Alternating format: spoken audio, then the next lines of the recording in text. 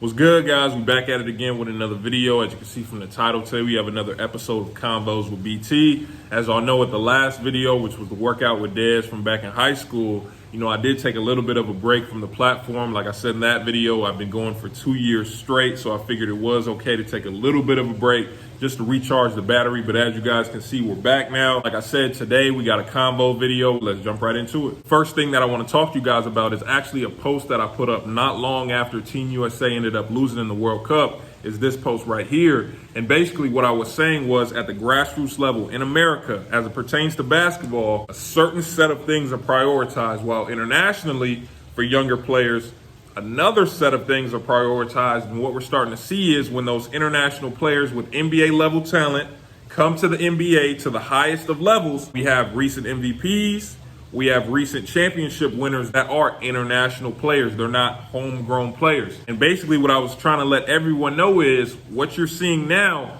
at some point might become the norm if we don't start to change. In 1992, Team USA, the Dream Team, the first year that professional players were allowed to play Olympic basketball, they went overseas. And what happened? The NBA became globalized, basketball became globalized, right? So at that point, we not only had an athletic advantage, but we also had a training advantage in terms of basketball was a big sport in America, while in other countries it wasn't as big. Now fast forward basically 30 years later, and what we're starting to see is we might have that athletic advantage that we used to have in the past. We still have that, I will say that. But in terms of training, in terms of fundamentals, in terms of an actual foundation of learning basketball, all of a sudden it's starting to become lopsided. And what we're starting to see is, like I said, if a player that has NBA level athleticism, and the craziest part about it is we're starting to see players that don't have NBA level athleticism, Luka, Jokic, still come over here and dominate. Why? It's because now all of a sudden international players are coming over and they understand basketball more. They understand fundamentals. They have a higher basketball IQ. They actually understand how to star in their role. They're not out here trying to get on highlights, get on mixtapes, do all that. Why? Because they grew up playing fundamental basketball. And this is something that I think as an American basketball community, there needs to be some tweaks, some changes being made, because nowadays we have all of our kids watching social media, right? They're watching a lot of players dunking all the time. They're watching a lot of players doing crossovers and the step backs, doing all these crazy moves, right? While players overseas are learning jump stops, pivots, how to cut off ball, how to actually play defense. And again, when these players end up coming over here, all of a sudden we realize that we're not as dominant anymore. And like, kids don't even understand. UCLA has 4 international basketball scholarship players this year, 4 of them. I've seen multiple Division I programs that have international scholarship players, and the numbers are only going to get higher because now we have NIL. Now as an international basketball player, I can come to the United States, get paid for NIL, and I get all the exposure because, all the cameras, everything are in America, so I'm going to get all the exposure. So why would I not come to America and take advantage of that opportunity? This is what kids don't understand. I talk about it a lot on the channel. You're going against a lot of high school kids, prep school kids, JUCO kids. Now you're really going against kids from other countries. So you have to understand now that we have to learn fundamentals from an early age. We need to stop focusing on social media, and we need to start teaching more of actual fundamental basketball, especially if we want to compete and dominate in the future, because we got players like Giannis coming over here.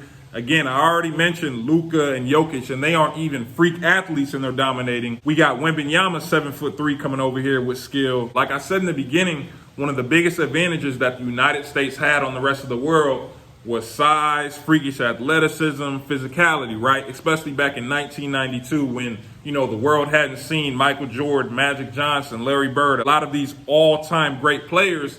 Nowadays, we're starting to lose a little bit in terms of that physicality. In terms of size, these players are starting to come over here and they can match us in size. In terms of athleticism, like I said, we still have that edge, but Giannis is pretty athletic. Wembanyama can move pretty well. These players are starting to come over here. This is why I'm saying, as an American basketball community, we got to make some changes, or in the future it might be scary. That leads me into my next point. We talked about changes that needs to be made and some of the differences between United States and international basketball. I talked about it a little bit. Social media, right? In United States of America, our kids are shown a lot of dunks. Our kids are shown a lot of ball handling, step backs, ISO basketball, right?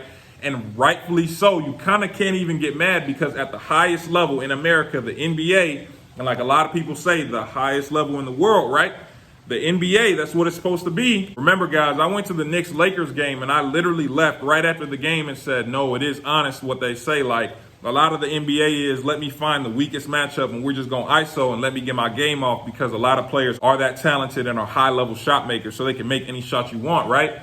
But that isn't translatable to lower levels. So what our kids are watching, what our kids are glorifying is all the highlight plays. They're not glorifying a jump stop, a back cut. Let me actually go screen for this man. When I'm off the ball, let me not just stare at him. Let me go cut. Let me go do something to actually help our offense, to help our spacing. You know, we're not learning any of that from an early age. While overseas, you know, they might see the social media, but they are learning fundamentals. And I want to take this a bit further, right? One of the biggest issues we've seen and what people have been talking about is American players don't go outside anymore. Everybody wants to get into a gym. Everybody needs a trainer, right? Which means what? A lot of kids aren't playing pickup. A lot of kids aren't going outside and playing 5-on-5, right? While overseas, guess what? Basketball isn't as big as a sport, which means what? There aren't actual air-conditioned gyms everywhere, which means what? A lot of international players are outside playing 5-on-5, playing physical basketball, learning how to play without the ball, which is why you're starting to see there's starting to be a disconnect. Our players aren't playing outside. They want a trainer in the gym. They want a rebounder. Those kids overseas, we're seeing it more with social media. Out there, rims might not have a net. The courts definitely aren't as nice as they are over here. So guess what? Those players over there are way hungrier than some American players. And I'm telling you guys, I'm not sure what exactly needs to be done. I'm trying to do my part by letting enough players know that, okay, that social media, what you see, it's not realistic. What you're seeing on social media is not going to get you a scholarship. It's not going to make you a pro. What's going to make you a pro is understanding what your role is, getting into the gym, day after day after day, consistently, and getting better. What's going to make you a pro is being able to make all the effort plays, getting every rebound, rebounding outside of your area, getting loose balls, actually competing on the defensive end, bigs, actually hedging ball screens and challenging shots at the rim, guards, getting over ball screens, being able to guard one-on-one. All these different things, that's what's going to make you a pro. Being able to stand in a corner and shoot 40% from three, that's what's going to make you a pro. Having high character, no off-the-court issues, that's what's going to make you a pro. Actually going to school and doing your schoolwork so you're eligible to play, that's what's going to make you a pro. Stretching every day, taking care of your body, that's what's going to make you a pro. Making sure you're eating the right things, going to sleep at the right time, that's what's going to make you a pro. I'm telling you guys, it's not the Instagram followers that makes a pro. I promise you. It's not the money in your account that makes the pro. I promise you. It's the fundamental things, the little things, things that everyone else doesn't want to do, the things that people feel like they don't have to. Those are the things that make you a pro.